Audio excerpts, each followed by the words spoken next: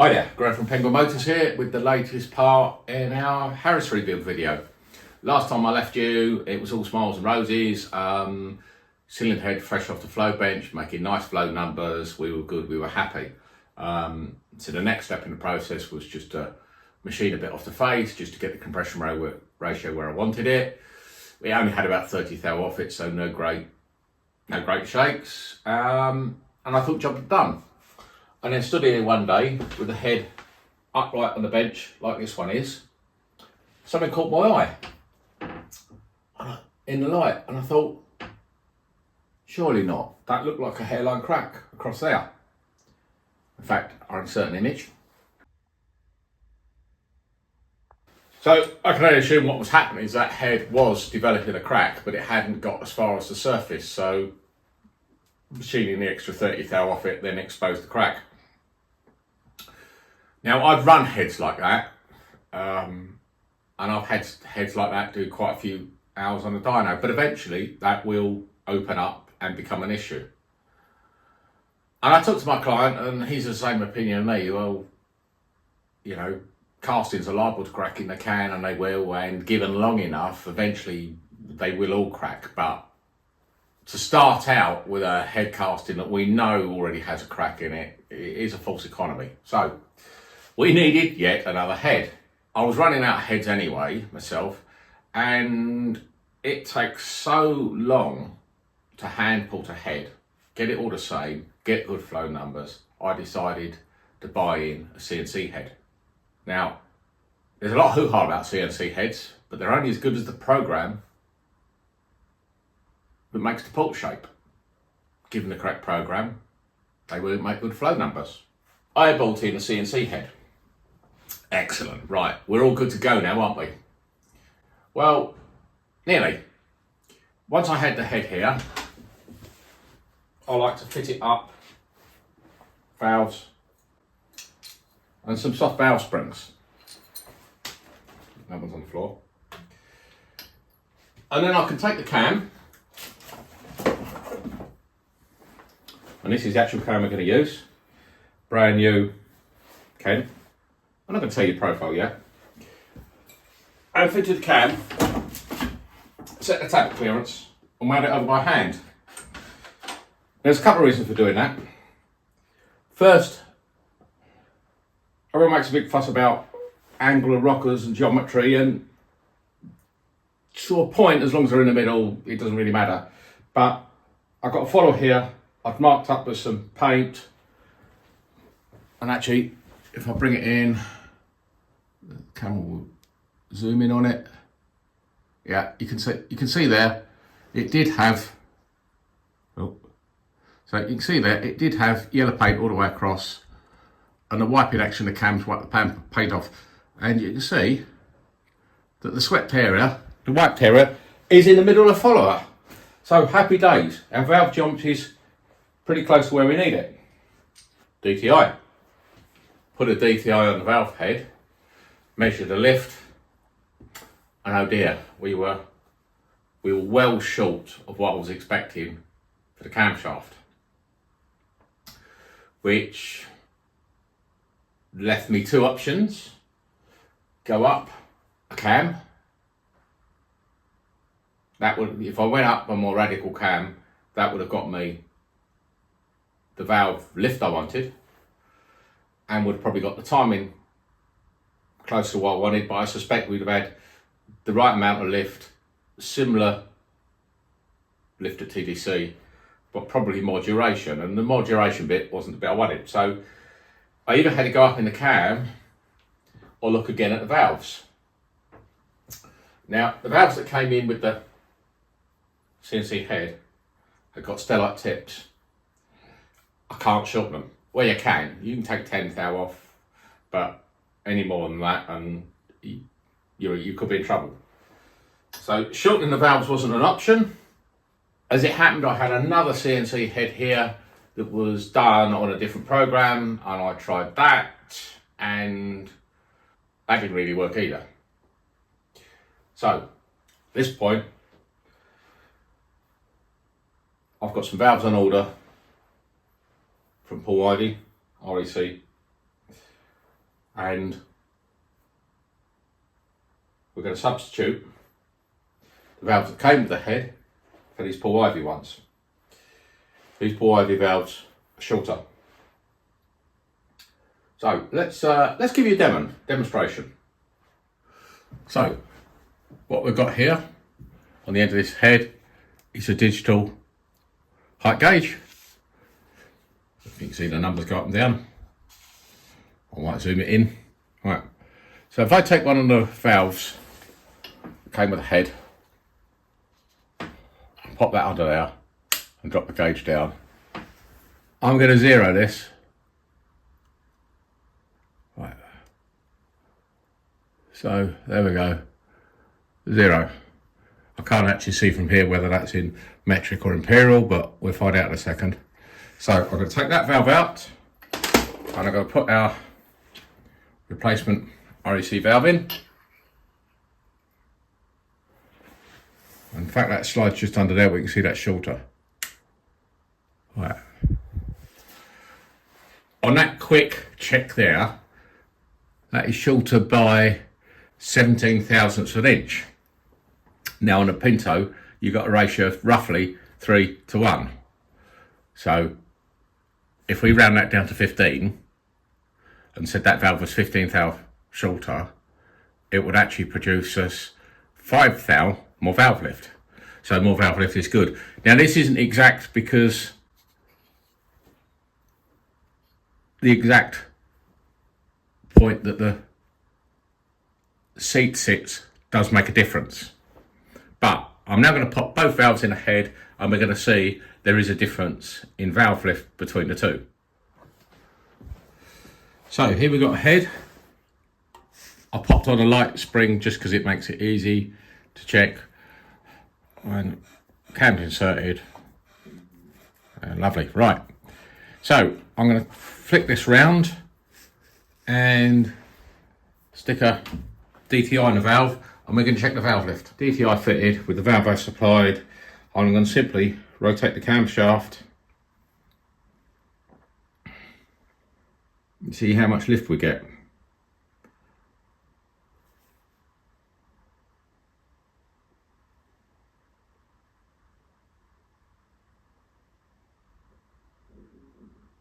Right. So there we go, we've achieved 475 thou valve lift. Now, this cam should give 500. But what about the followers, I hear you ask? Well, I went through about 60 different followers, and true, different followers will give different lift. I'm going to pop another one in now.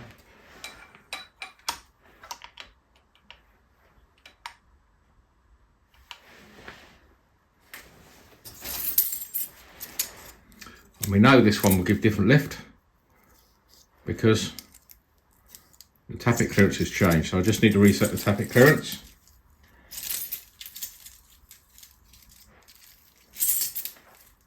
Now let's try it with the second follower.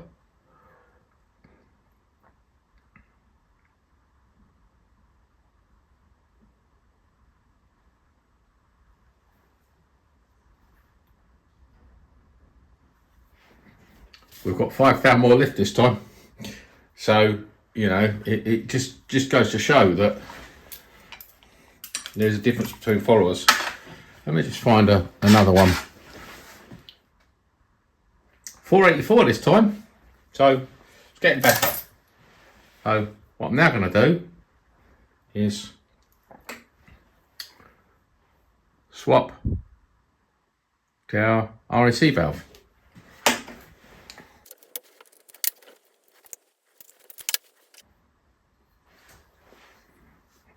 And incidentally, the REC valve is actually a better shape. It's a nicer shape across there, whereas the valve that came with the head has got a bit of a nasty lip. This one will offer better low lift flow.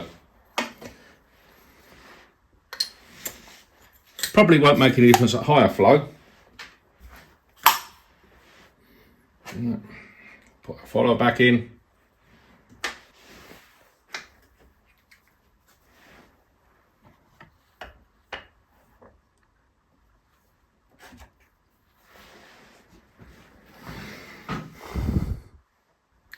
Right, zero that. Let's see how much lift we've got now.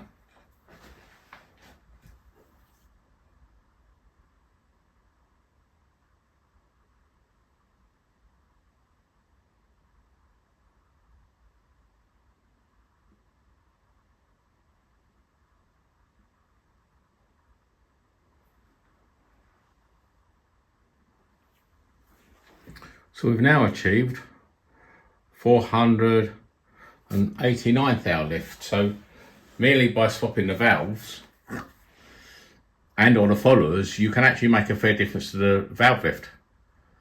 So we've gained a useful amount of valve lift from where we started. So there we've gained a worthwhile amount of valve lift by rifling through the followers and me choosing the better ones.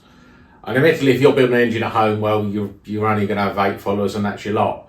However, what I would suggest you do is you do a trial build, you measure up and perhaps balance them up, because you might find that, well, you will find they all give slightly different lengths.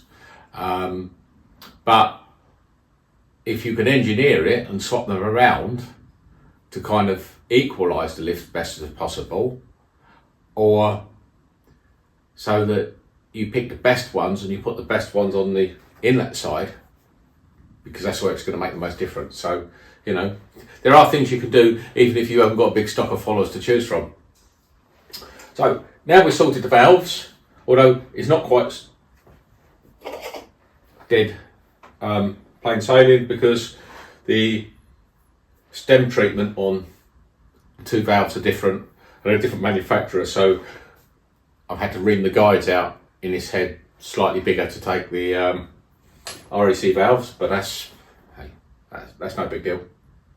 So what we ought to do now is look at valve spring fitted length and what we need to do to make sure we've got the seat pressure in the ballpark, which is going to be kind of 80 odd pound seat pressure and sort of 190-ish on the nose. So we're going to do a bit of measuring of fitted length. So fitted length. So we do a bit of measuring of fitted length, and I'll play with some valve springs and some retainers and see where we need to be. So fitted length, put the valves in, put your collets and retainers in, and then get in there with some sort of tool to measure fitted length. So we can translate the measurement to a vernier.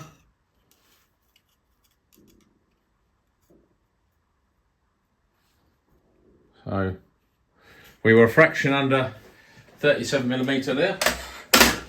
Right, so I'll just switch that retainer from a Burton one to a steel Newman one.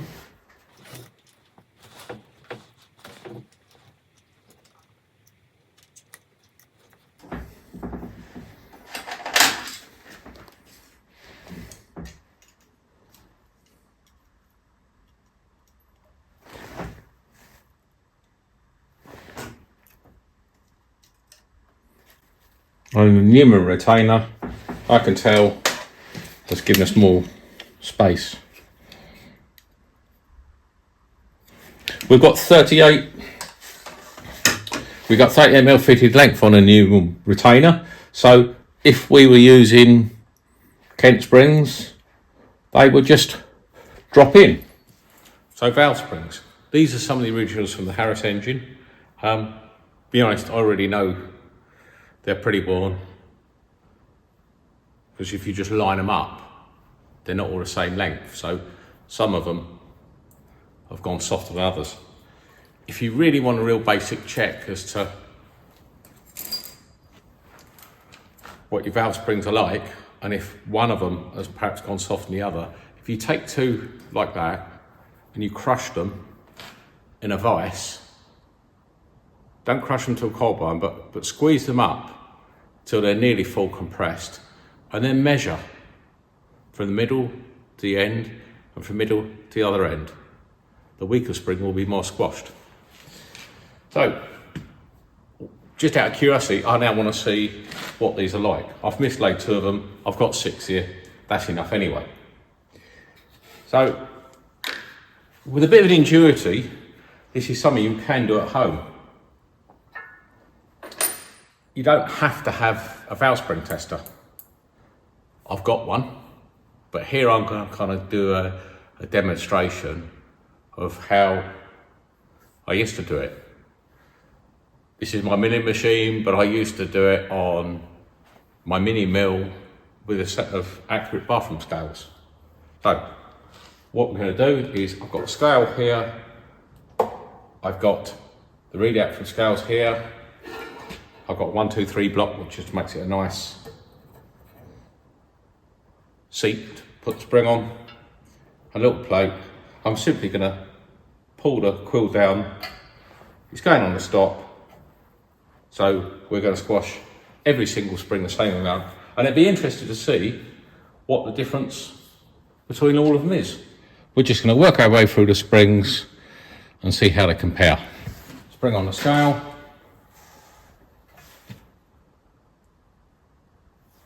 £180, 181, 186, that one's a bit stronger. Another one at the 190.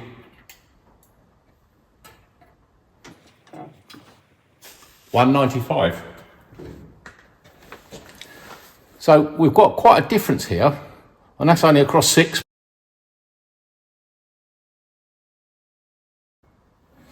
Right, so let's find our installed height.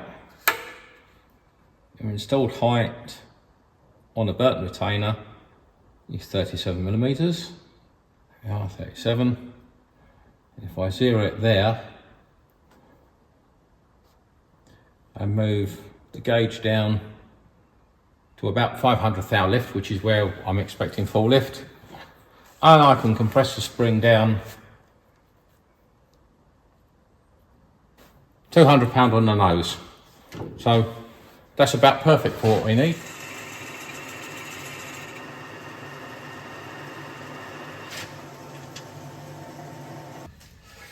So here we go, I've just made a final cut just to face up. Remove the worst of the tram lines and ugliness in the flywheel face. There's still a bit of a hard spot there, so I'm going to have to take yet another little cut on it, because the flywheels work harden and you get hard spots in them. So there's still a little bit there, so I'm going to have to take another cut off this.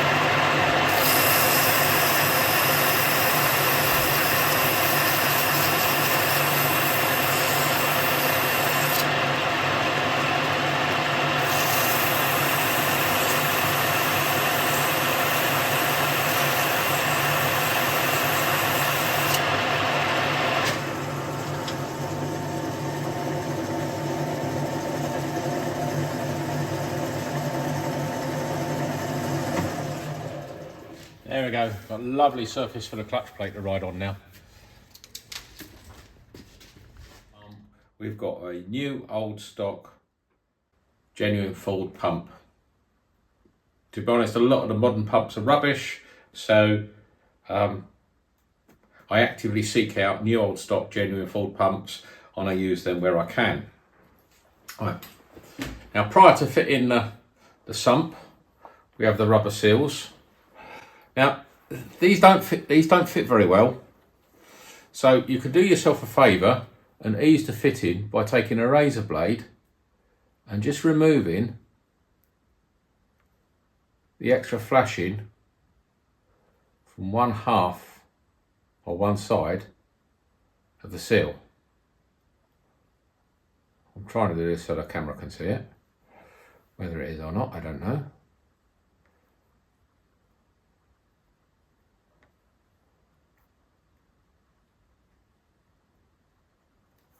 If you trim that off, the seal fits properly in its housing. Now, like all good YouTubers, I follow other YouTubers. And one of the chaps I follow, a chap named Nick, who's in Canada, builds a lot of big Mopar engines.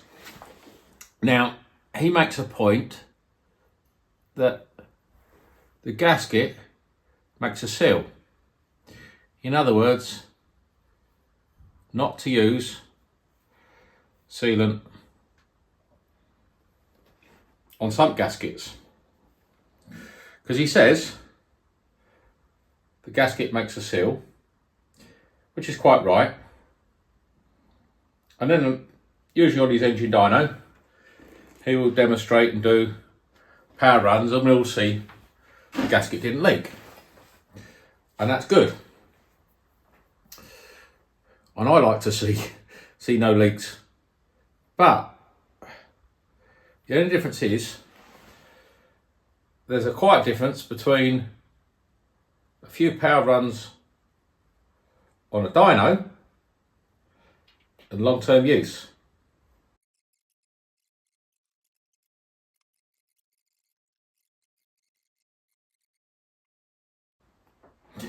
Now, if this is one of my dyno mules, I would leave this as it is now. Gasket's on, I would just leave it and fit it. Because with one of my dyno mules, if it leaks on the dyno, it's not the end of the world, but there's a fair chance I may want to drop the sump. And if I only seal the bottom face, you can very often get away with dropping the sump later and then refitting it without destroying the gasket. And because we've already glued the gasket to the block, that's quite common. You can actually remove the sump, put it back on again. But in this instance,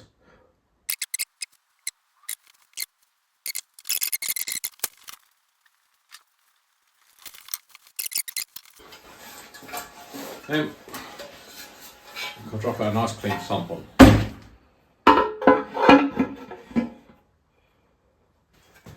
Lovely. When it comes to fit the sump, I don't think there's any hard and fast rules on tightening them. I just like to make sure all the bolts are started.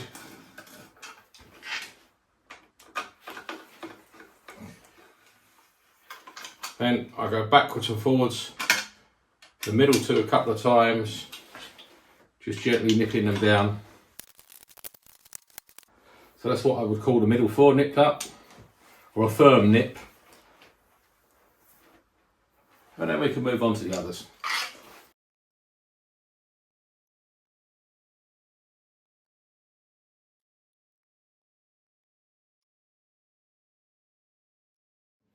Right, so here we are, engine up on end. As you notice, there's a lot of holes in this.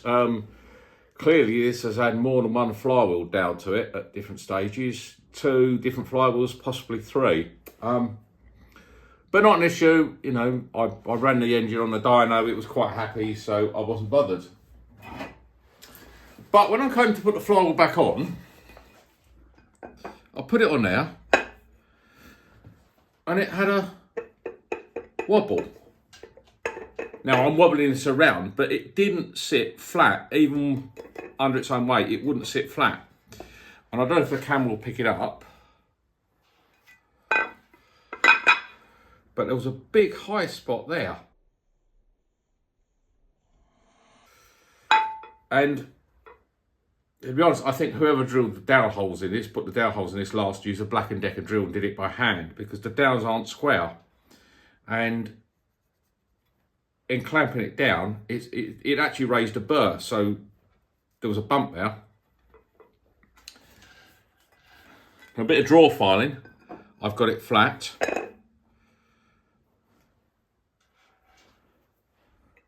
but interestingly, it doesn't want to stay flat when you bolt it down.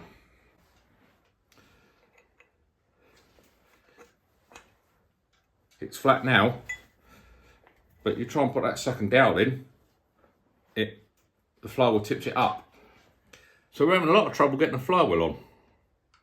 Basically, because the dowels lean. That one's leaning that way. So you can't put the flywheel on, put the dowels in, bolt them down. You can't put the bolts in, then insert the dowels. So we've got to kind of jiggle it on. You see, it won't go on, even with the dowels in. Now you should be able to just drop a dowel flywheel on.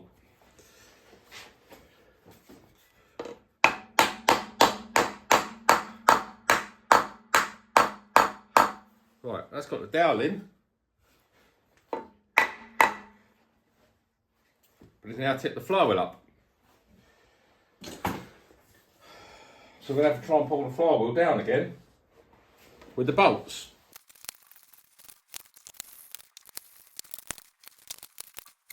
Now that's actually pulled that down where that ought to be. At least I guess if the dowels are an angle, they will never come out, but then they don't come out anyway. So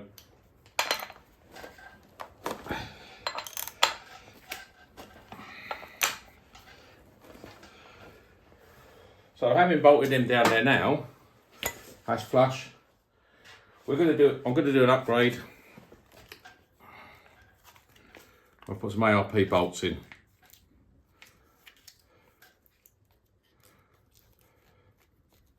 To be honest, if you've got dowels, you don't really need the extra strength for the ARP bolts. So one of the benefits of the ARP bolt is down the bottom, they're shouldered. And that shoulder is a better fit in there, and that helps stop the flywheel moving. And it's the flywheel moving under load that actually shears the bolts.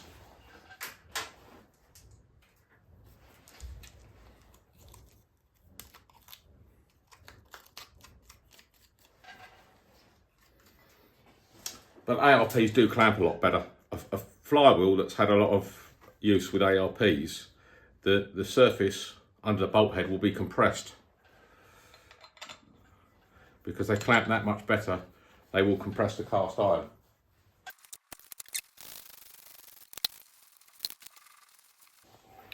I'm pleased they went in. Because of that shoulder I mentioned a few moments ago, if you do have holes that are a bit off, they often won't go in. So, crank locked up. We can torque the bolts up.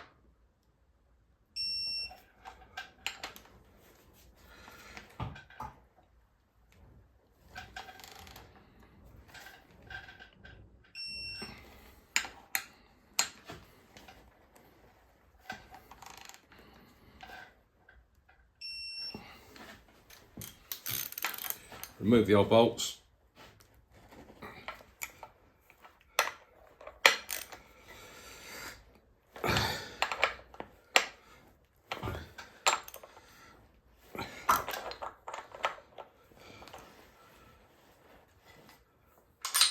Which is still tight, so that's proved the ARPs didn't actually pull the flywheel down any further.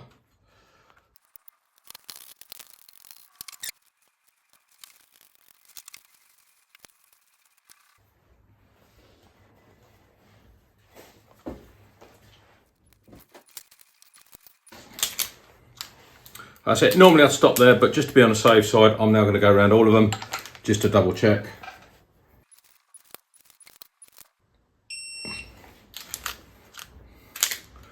Right, they're all good. Probably the most convoluted means I've ever had to fit a flywheel, but they're on, they're not coming off, the flywheel's staying put. Job done. So, lastly, while you guys like, share, subscribe, we've got a bit of unboxing. Now don't all run off, it's only one box and it's relevant to this engine.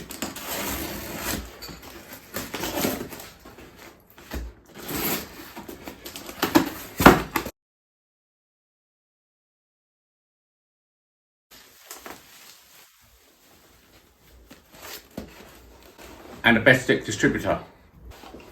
So, having got our distributor out of the box and unpacked it and pulled it to bits, what do I like about this? Well, I like the fact it's all new. And this is billet. This is not some wonky old cast aluminium distributor that's had a skim in a lathe and refreshed. This is brand new billet. And the major plus point is, because it's made from new billet, it's much shorter than the standard distributor. So that means if you want to run a dead straight intake manifold, Genv make one, and I know H3 Racing have fabricated their own. So dead straight manifolds are out there, they're good, but you can't normally run them with a distributor because the distributor's too tall. With this, you can. So, what else do I really like about it? Well, the fact it's Hall effect. And you can tell a Hall effect distributor because it's got a big disc in there with little cutouts as opposed to little pointy stars. The little pointy star-shaped distributors, they're magnetic pickups. And magnetic pickups work, but they have a flaw. At high RPM, the spark tends to retard. Now, I've run tests. I've back-to-back tested a Bestech against Burton's own unit. And to be fair, the Burton unit worked. But at high RPM, this made more power. Now, why? The reason being, it didn't retard the spark. If you think about a typical engine, you'll set up peak advance 3000, 3500 RPM, and most engines will want around 30 degrees. So in theory, the distributor should hold that right to the top. But the magnetic ones start retarding at high RPM. So when you're over 6000 RPM, the last thing you want is the ignition timing retarded. Now you can get around that. You can advance the distributor. But then, if you dial another few degrees in to get the advance at 6000, right, you've over advanced it just at the point that you're in the engine killer point of view. You cannot run too much advance in the mid-range. 2,500, 3,000 RPM, you stick an extra 6 degrees advance in there, you will end up with a dead engine. You might get away with a racer where you're only screaming around at 7,000, 8,000 RPM and you're never in throttle, on load, lower down. But on a road engine, a rally engine, you can't afford the retard. So yeah, up to 6,000 odd RPM, the magnetic systems work, but over that, this is good, this is killer. We've got a nice little coil assembly. Wiring it is simplicity itself. We've got an earth, you feed it alive. You plug it into the distributor. Job done. On that note, that finishes up this episode. So it just leaves you a chance to like, share, subscribe, ring the bell, and I'll bring you next episode, which will be coming soon. Catch you on the flip side, guys.